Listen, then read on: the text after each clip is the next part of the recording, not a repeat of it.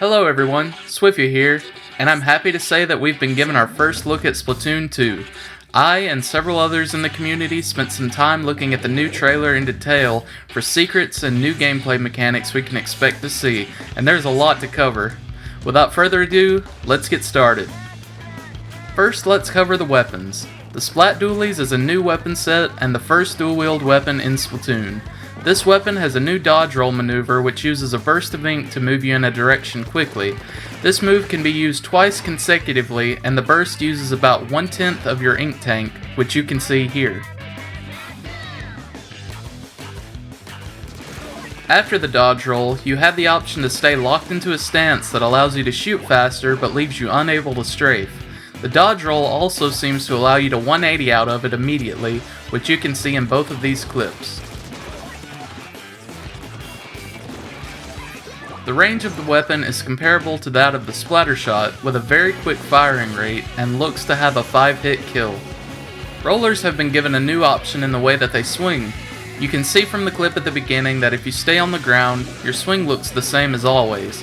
However, if you attack while jumping, your swing becomes much more focused, sending a wave of ink roughly the width of an inkling in front of you. The swing appears to travel much farther than the grounded swing. Chargers have also received some changes. You can now keep your charge while swimming and fire it immediately when popping out of the ink. However, a charger who's swimming with a full charge will be easily visible, as it leaves a glowing spot on their inkling while they're submerged. Their weapon shows a bright glow on the tank at full charge, which makes them more visible also. Slowing down the clip, we can see that their charge time matches the Splat charger of the original game exactly. A new sub-weapon in the shape of a curling stone was also shown. This weapon is very reminiscent of Seekers in the original game, but now bounce off walls instead of exploding on contact. Translations seem to indicate that you have control over the explosion timer depending on how long you hold the R button before firing it. The trailer shows off 6 special weapons, and all of them are brand new. The first one shown is a missile launcher that can lock onto enemies. Firing the weapon sends a barrage of missiles their way. Indicators appear on the ground around the enemy, giving them a chance to escape from the attack. We can see from the inklings on the far left and right that it takes 3 indirect missiles to splat them, meaning that the explosion may not be too powerful unless you're hit with the missile directly. The second shows a bomb rush special very similar to the one in the original game. However, instead of throwing them by hand, you're given a grenade launcher this time. The throw arc visual appears to stay on screen for the duration of the special. The third special looks to be a replacement for the killer whale.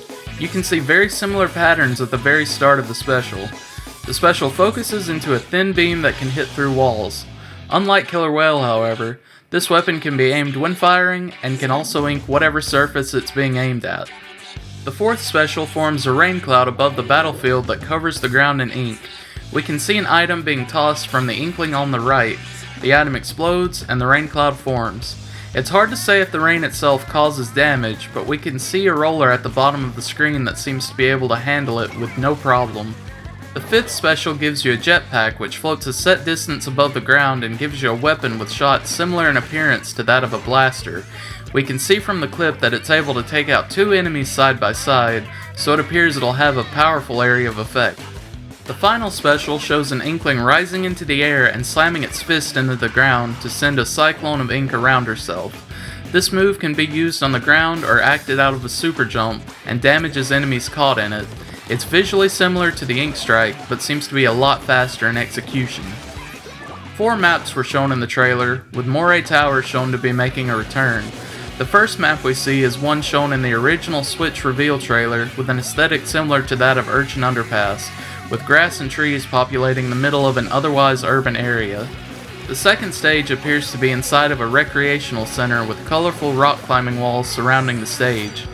We didn't get a great view of the third stage, but we can tell from the surrounding scenery that the setting is a rock stage, complete with sound equipment, light trusses, stage lighting, and large monitors. We can see several palm trees in the background as well that might indicate that the outer surroundings are tropical.